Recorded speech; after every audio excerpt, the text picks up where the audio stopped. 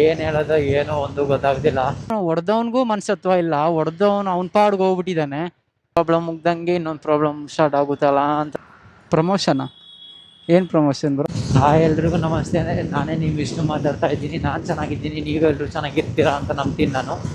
ಏನು ಹೇಳೋದು ಏನೋ ಒಂದು ಗೊತ್ತಾಗ್ತಿಲ್ಲ. ಆ್ಯಕ್ಚುಲಿ ವೀಡಿಯೋ ಹಾಕೋದೇನೋ 2 ವಾರ ಆಗೋಯ್ತು, 1 ವಾರನ 2 ವಾರ ಏನೋ ಆಲ್ಮೋಸ್ಟ್ ಆಗೋಯ್ತು, ವೀಡಿಯೋನೇ ಹಾಕಿಲ್ಲ. ಆ್ಯಕ್ಚುಲಿ ವಾರಕ್ಕೆ 2 ವೀಡಿಯೋ ಹಾಕಬೇಕು ಅಂತೆಲ್ಲ ಇದ್ದೆ. ನೋಡೋಣ 2 ವಾರ ಆದಮೇಲೆ ಇನ್ನೂ ವೀಡಿಯೋ ಹಾಕಿಲ್ಲ ನಾನು. ಇಲ್ಲಿ ಏನಕ್ಕೆ ಇಷ್ಟು ವೀಡಿಯೋ ಹಾಕಿಲ್ಲ ಅಂತೆಲ್ಲ ನಿಮ್ಗೆ ಅನಿಸ್ಬೋದು.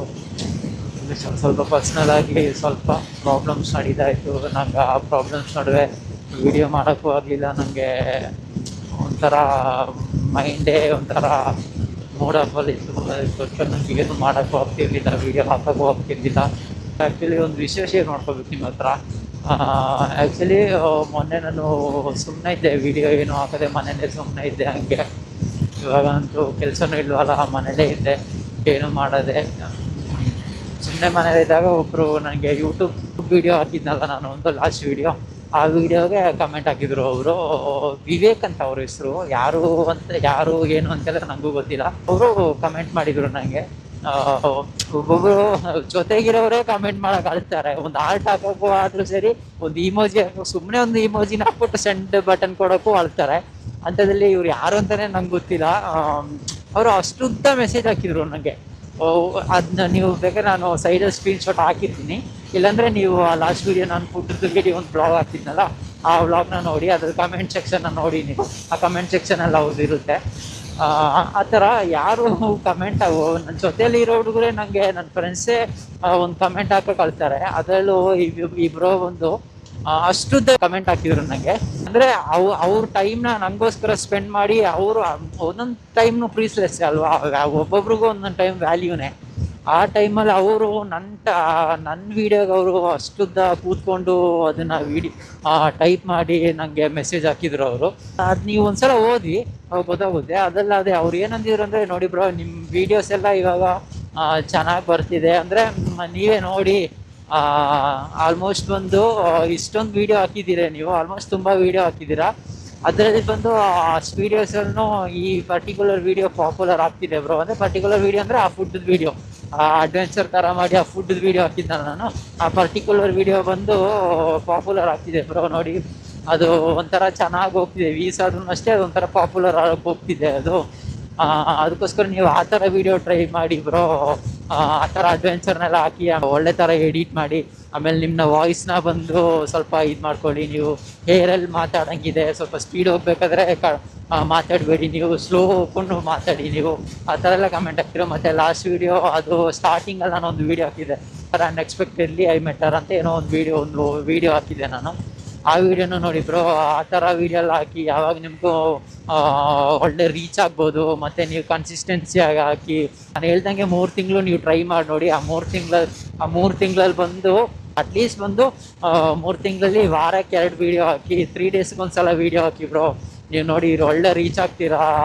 ಸೀರಿಯಸ್ಲಿ ನಾನು ಹೇಳ್ತಿದ್ದೀನಿ, ಆ ಥರ ಇರ್ತಾರ ಅಂತ ನಂಗೆ ಒಂದು ಪಾಸಿಟಿವ್ ಎನರ್ಜಿ ಥರ ನಂಗೆ ಅವ್ರು ಕಮೆಂಟ್ ಹಾಕಿದ್ರು. ನಂಗೆ ಅದು ನೋಡಿದ ತಕ್ಷಣ ಆ್ಯಕ್ಚುಲಿ ನಾನು ಹಂಗೆ ಬೇರೆ ಯಾವುದೋ ವೀಡಿಯೋ ನೋಡೋಣ ಅಂತ ನೋಟಿಫಿಕೇಶನ್ ತೆಗೆದಾಗ ನಂಗೆ ಅವ್ರ ಮೆಸೇಜ್ ಅಂದರೆ ಅವ್ರು ಕಮೆಂಟ್ ಹಾಕಿದ್ದು ನನಗೆ ಸಿಕ್ತದು. ಹಾಗೆ ನಾನು ಹೇಳಿದೆ, ನಂಗೆ ಒಂಥರ ಪಾಸಿಟಿವ್ ವೈಸ್ ಕೊಟ್ಟರು. ಎಷ್ಟೋ ಜನಕ್ಕೆ ಎಷ್ಟೋ ಸಬ್ಸ್ಕ್ರೈಬರ್ಸು ಫ್ಯಾಮಿಲಿ ಅಂತೆಲ್ಲ ಇರ್ತಾರೆ. ಅಂಥದ್ರಲ್ಲಿ ನಮಗೆ ಕಡಿಮೆ, ಇವಾಗ ನಾವು ಸ್ಟಾರ್ಟ್ ಮಾಡಿರೋದು, ಇವಾಗ ಸ್ಟಾರ್ಟ್ ಮಾಡಿರೋದು, ಆದ್ರೂ ನಮಗೆ ಕಡಿಮೆನೇ ಸಬ್ಸ್ಕ್ರೈಬ್ಸ್ ಇರೋದು. ಆ ಕಡಿಮೆ ಸಬ್ಸ್ಕ್ರೈಬರ್ಸಲ್ಲೂ ನನಗೋಸ್ಕರ ಅಂತ ಈ ಥರ ಎಲ್ಲ ಥಿಂಕ್ ಮಾಡ್ತಾರಲ್ವ, ಅದೇ ಥರ ನಿಮ್ಮ ಲವ್ ಸಪೋರ್ಟ್ ನಿಮ್ಗೆ ಯಾವತ್ತೂ ಬೇಕು. ಈ ಥರ ಎಲ್ಲ ನೀವು ಕಮೆಂಟ್ ಮಾಡಿದಾಗ ನನಗೂ ಒಂದು ಹೆಂಗೆ ಅನಿಸುತ್ತೆ, ನನಗೂ ಇನ್ನು ವೀಡಿಯೋ ಮಾಡಬೇಕು, ಯಾರಿಲ್ಲ ಅಂದರೂ ಅಟ್ಲೀಸ್ಟ್ 100 ಜನದಲ್ಲಿ ನಂಗೆ ಒಬ್ಬರಾದರೂ ಒಬ್ರಿಗೋಸ್ಕರ ಆದರೂ ವೀಡಿಯೋ ಹಾಕಬೇಕು ಅಂತ ನಂಗೆ ಅನಿಸ್ತಾಯಿತ್ತು. ಯೂಟ್ಯೂಬ್ ಚಾನಲ್ ಸ್ಟಾರ್ಟ್ ಮಾಡಿದಾಗ ಯಾವ ಥರ ನಾವು ಎನರ್ಜಿಟಿಕ್ ಆಗಿದ್ದೋ ಅದೇ ಥರ ನಾವು ರಿಟರ್ನ್ ಬರಬೇಕು. 2 ತಿಂಗಳು ಏನೋ ಆಯಿತು ನಾನು ಸ್ಟಾರ್ಟ್ ಮಾಡಿ 2 ತಿಂಗಳಿಗೇ ಈ ಥರ ಅಂತ ಹೇಳಿದ್ರೆ ಹೆಂಗೆ ಅಂತ ಹೇಳ್ಬಿಟ್ಟು ನಾನು ಸರಿ, ಏನೇ ಆದರೂ ಸರಿ, ಇನ್ನೂ ಎನರ್ಜೆಟಿಕ್ ಆಗಿ ನಾವು ವೀಡಿಯೋನ ಹಾಕಬೇಕು. ಅಟ್ಲೀಸ್ಟ್ ಅವ್ರು ಹೇಳ್ದಂಗೆ ವಾರಕ್ಕೆ 3 ವೀಡಿಯೋ ಅಲ್ಲ, 1 ವಾರಕ್ಕೆ 2 ವೀಡಿಯೋ ಆದರೂ ಹಾಕಬೇಕು ಅಂತೆಲ್ಲ ನಂಗೆ ಅನಿಸ್ಬಿಡ್ತು. ಗುರಿ ಸಾಧಿಸ್ಬೇಕಂದ್ರೆ ಏನಾದರೂ ಮಾಡಲೇಬೇಕು. ಸುಮ್ಮನೆ ಮನೇಲಿ ಕೂತ್ಕೊಂಡು ಆಗಲ್ಲ ಅಂತ ಹೇಳಿದ್ರೆ ಅದು ಯಾವತ್ತೂ ಆಗಲ್ಲ. ಅದಕ್ಕೋಸ್ಕರ ನಾನು ಏನಾದರೂ ಸರಿ ಹೆಂಗಾದ್ರೂ ಕಷ್ಟಪಟ್ಟು ನಾನು ಆ ಥರ ಇನ್ಕಮ್ಗೂ ಯಾವುದೂ ಬ್ಯಾಕಪ್ ಇಲ್ಲ ನನಗೆ.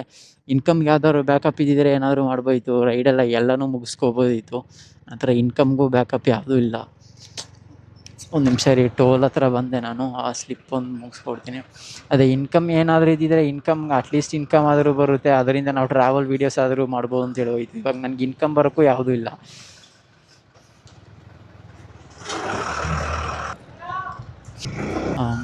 ಏನು ಮಾಡೋದು, ಅಟ್ಲೀಸ್ಟ್ ಇನ್ಕಮ್ ಆದರೂ ಇದ್ದಿದ್ರೆ ವೀಡಿಯೋಸ್ ಆದರೂ ಅಟ್ಲೀಸ್ಟ್ ನಾನು ಏನಾದರೂ ವೀಡಿಯೋಸ್ ಮಾಡ್ತಿದ್ದೆ. ಆ ಕಡೆ ಕೆಲಸನೂ ಬಿಟ್ಟೆ, ಕಡೆ ಸೈಡ್ ಇನ್ಕಮ್ಮು ಬರ್ತಿಲ್ಲ, ಬ್ಯಾಕಪ್ಪು ಇಲ್ಲ, ಏನು ಮಾಡೋದು ಅಂತೆಲ್ಲ ತಲೆಗೆ ಯೋಚನೆ ಮಾಡ್ತಾಯಿದ್ದೆ. ಅದಲ್ಲದೆ ಇನ್ನೊಂದು ಕಡೆ ಇನ್ನೊಂದು ಪ್ರಾಬ್ಲಮ್ ಬೇರೆ. ಈ ಒಂದು ಪ್ರಾಬ್ಲಮ್ ಮುಗ್ದಂಗೆ ಇನ್ನೊಂದು ಪ್ರಾಬ್ಲಮ್ ಸ್ಟಾರ್ಟ್ ಆಗುತ್ತಲ್ಲ ಅಂತ ಇದು. ಏನೂ ಮಾಡೋಕ್ಕಾಗಲ್ಲ. ಏನಾದ್ರು ಒಂದು ಸಾಧನೆ ಮಾಡಬೇಕು ಅಂದರೆ ಪ್ರಾಬ್ಲಮ್ಸ್ ಮೇಲೆ ಪ್ರಾಬ್ಲಮ್ಸ್ ಬರ್ತಾನೆ ಇರುತ್ತೆ. ಅದನ್ನೆಲ್ಲ ದಾಟ್ಕೊಂಡ್ಬಂದು ಮುಂದೆ ನಿಂತ್ರೆ ನಿಲ್ಲಕ್ಕಾಗೋದು. ನಮ್ಮನ್ನು ಯಾರು ಎತ್ತಿ ಬಿಡೋಕ್ಕೂ ಇರೋದಿಲ್ಲ. ನಮಗೆ ಈ ದಾರಿ ತೋರಿಸ್ಬಿಟ್ಟು ಈ ದಾರಿಲಿ ಹೋಗು ಅಂತ ಹೇಳೋಕ್ಕೂ ಯಾರು ಇರೋದಿಲ್ಲ. ನಮಗೆ ನಾವೇ ಒಂದು ದಾರಿ ಹುಡ್ಕೊಂಡು ಹೋದರೆ ಮಾತ್ರ ನಮಗೇನಾದರೂ ಒಂದು ಸಾಧನೆ ಮಾಡೋಕ್ಕಾಗೋದು. ಅದಂತೂ ನಿಜ. ನಾವಾಗಿ ದಾರಿ ಹುಡ್ಕೊಂಡು ಹೋದರೆ ಮಾತ್ರ ಏನಾದರೂ ಅಚೀವ್ ಮಾಡೋಕ್ಕಾಗೋದು ಅಷ್ಟೇ. ಒಟ್ನಲ್ಲಿ ಕನ್ಸಿಸ್ಟೆನ್ಸಿ ಅಂತೂ ಬೇಕೇ ಬೇಕು. ಕನ್ಸಿಸ್ಟೆನ್ಸಿಯಾಗಿ ವೀಡಿಯೋ ಹಾಕಿದ್ರೆ ಮಾತ್ರ ನನ್ನ ಕೈಲಿ ಏನಾದರೂ ಸಾಧನೆ ಮಾಡೋಕ್ಕಾಗೋದು ಅಂತ ಗೊತ್ತಾಯಿತು. ಅದರಲ್ಲೂ ನಿಮ್ಮ ಸಪೋರ್ಟ್ ನಂಗೆ ಯಾವತ್ತೂ ಇದ್ದೇ ಇರಲಿ. ನೀವು ಸಪೋರ್ಟ್ ಮಾಡ್ತಾರೆ ಮಾತ್ರನೇ ನನಗೂ ಬೆಳೆಯೋಕ್ಕಾಗೋದು. ಅಟ್ಲೀಸ್ಟ್ ಯಾರಾದರೂ ಒಬ್ಬರಾದರೂ ನನಗೆ ಅಂತ ಈ ಥರ ಕಮೆಂಟ್ ಹಾಕಿ, ನನಗೆ ಅಂತ ಒಂದು ಹಿಂಗೆ ಮಾಡಿ ನನ್ನ ವೀಡಿಯೋಗೋಸ್ಕರ ಅಂತ ಕಾಯ್ತಿರೋರು ಒಬ್ಬರಾದರೂ ನಂಗೆ ಇವಾಗ ಆಲ್ಮೋಸ್ಟ್ ಬಂದು 236 ಸಬ್ಸ್ಕ್ರೈಬರ್ಸ್ ಏನೋ ಆಗಿದ್ದಾರೆ. 236 ಸಬ್ಸ್ಕ್ರೈಬರ್ಸ್ ನನ್ನ ಜೊತೆಗಿರೋರು ಕೂಡ ನನ್ನ ಹತ್ರ ಕಮೆಂಟ್ ಹಾಕಿ ಈ ಥರ ಪಾಸಿಟಿವ್ ಆಗಿ ಮಾತಾಡಿಲ್ಲ. ನನ್ನ ಫ್ರೆಂಡ್ಸ್ ಕೂಡ ನನ್ನ ಜೊತೆಗಿರೋರನ್ನು ಯಾರೂ ಮಾಡಿಲ್ಲ. ಅದ್ರಲ್ಲಿ ಬಂದು ಯಾರೋ ಗೊತ್ತಿಲ್ಲದೆ ಇರೋರು ಮಾಡಬೇಕಾದ್ರೆ ಇನ್ನೂ ನಂಗೆ ಒಂಥರ ಖುಷಿ ಜಾಸ್ತಿ ಆಯ್ತು, ಅಲ್ಲದೆ ನಂಗೆ ದುಃಖ ಅಂತೂ ಆಗಿಲ್ಲ. ಅವ್ರು ಕರೆಕ್ಟಾಗಿ ಪ್ರಾಪರಾಗಿರೋ ರೀಸನ್ ಕೊಟ್ಟಿದ್ದಾರೆ. ಅವ್ರು ಮಾತ್ರ ಅವ್ರಿಗೇನು ಅನ್ನಿಸ್ತು ಅದನ್ನ ನಂಗೆ ಕರೆಕ್ಟಾಗಿ ಹೇಳಿದ್ದಾರೆ.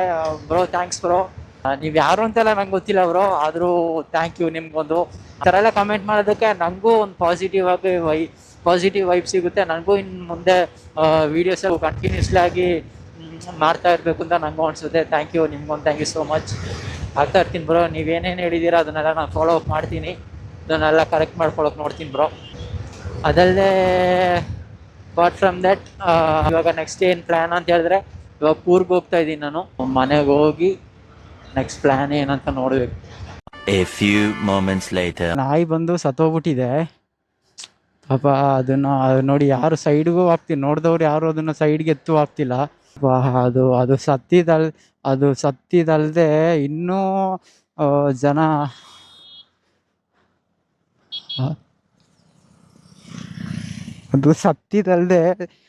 ಅದನ್ನ ಇನ್ನೂ ಸಾಯಿಸ್ಬಿಡ್ತಾರೆ ಪಾಪ. ನಮ್ಮ ಕೈಲಿ ಆಗಿದ್ದು ನಾವು ಒಳ್ಳೇದು ಮಾಡೋಣ. ಪಾಪ ಯಾರೋ ಹತ್ತಿಸ್ಕೋಗ್ಬಿಟ್ಟಿದ್ದಾರೆ ನಾಯಿನ, ಯಾರು ಅಂತ ಗೊತ್ತಿಲ್ಲ ಬ್ರೋ. ಗೊತ್ತಿಲ್ಲ, ನಾಯಿ ಸತ್ತೋಗ್ಬಿಟ್ಟಿದ್ದಲ್ಲ ಅದು. ಯಾರೋ ಹೊಡ್ಕೊಂಡು ಹೋಗ್ಬಿಟ್ಟಿದ್ದಾರೆ. ಇನ್ನಿದ್ದು ಅಲ್ಲಿದ್ರೆ ಅದ್ರ ಮೇಲಿನ ಗಾಡಿ ಹತ್ಕೊಂಡು ಹೋಗ್ತಾ ಇರುತ್ತಲ್ಲ, ಅದಕ್ಕೋಸ್ಕರ ಸೈಡ್ಗೆ ಹಾಕಿದೆ. ಯೂಟ್ಯೂಬ್ ವಿಷ್ಣುಸ್ ಜರ್ನಿ ಅಂತ. ಪ್ರಮೋಷನಾ? ಏನು ಪ್ರಮೋಷನ್ ಬ್ರೋ? ಟೈಪ್ ಮಾಡಿ, ನಾನು ಗ್ಲೌಸ್ ಹಾಕಿದ್ದೀನಲ್ಲ, ಆಗ್ತಿಲ್ಲ. VI journey.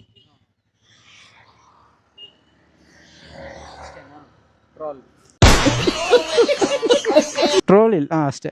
ವಿಷ್ಣುಸ್ ಜರ್ನಿ ಇವಾಗ ಸ್ಟಾರ್ಟ್ ಮಾಡಿರೋದಷ್ಟೇ. ನಂಬರ್ ನೀವು ನನ್ಗೆ ಅದ್ರಲ್ಲಿ ಮೆಸೇಜ್ ಮಾಡಿ. ನಾನು ಈ ವಿಡಿಯೋ ಹಾಕ್ತೀನಲ್ಲ, ಅದ್ರಲ್ಲಿ ನೀವು ಕಮೆಂಟ್ ರೆಕಾರ್ಡ್ ಆಗಿ ಹಾಕ್ತೀವಿ. ನೀವು ಕಮೆಂಟ್ ಮಾಡಿ, ಇಲ್ಲಾಂದರೆ ಯಾವುದಾದಕ್ಕೊಂದು ಮೆಸೇಜ್. ಇಲ್ಲ, ನಂಬರ್ ಬೇಡ ಬರೋ, ಅದಕ್ಕೆ ಪರ್ಸ್ನಲ್ ಅಲ್ಲ, ಅದಕ್ಕೋಸ್ಕರ ನೀವು ಇದು ಮಾಡಿ ನನಗೆ. ಇಲ್ಲ, ಇನ್ಸ್ಟಾದಲ್ಲಿ ಫಾಲೋ ಮಾಡ್ಕೊಳ್ಳಿ. ನೀವು ನಂಗೆ ಕಮೆಂಟ್ ಮಾಡಿ, ಅದ್ರಲ್ಲಿ ಇನ್ಸ್ಟಾದಲ್ಲಿ ಮೆಸೇಜ್ ಹಾಕಿರಿ. ನಾನು ನಿಮ್ಮ ಹೆಸರು SRK ಅಂತನಾ?